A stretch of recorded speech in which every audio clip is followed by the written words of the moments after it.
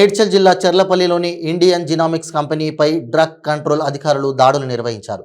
Anti cancer డ్రగ్స్తో పాటు antibiotic ఇంజెక్షన్లు తయారు చేస్తున్నట్లు, ఇంజెక్షన్ల ద్వారా DNA దెబ్బతినే అవకాశం ఉన్నట్లు గుర్తించారు.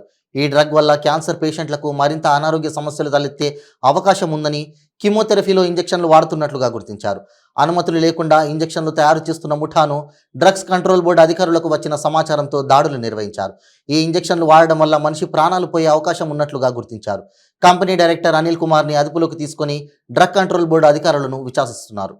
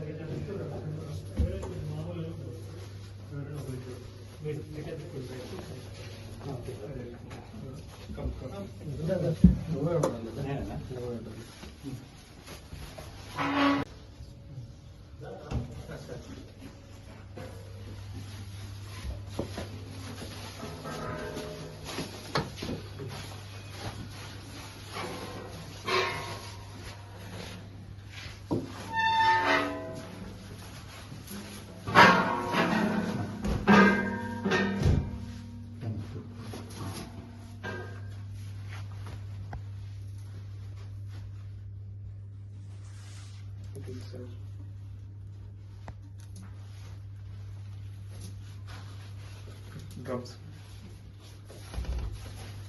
ఇక్కడ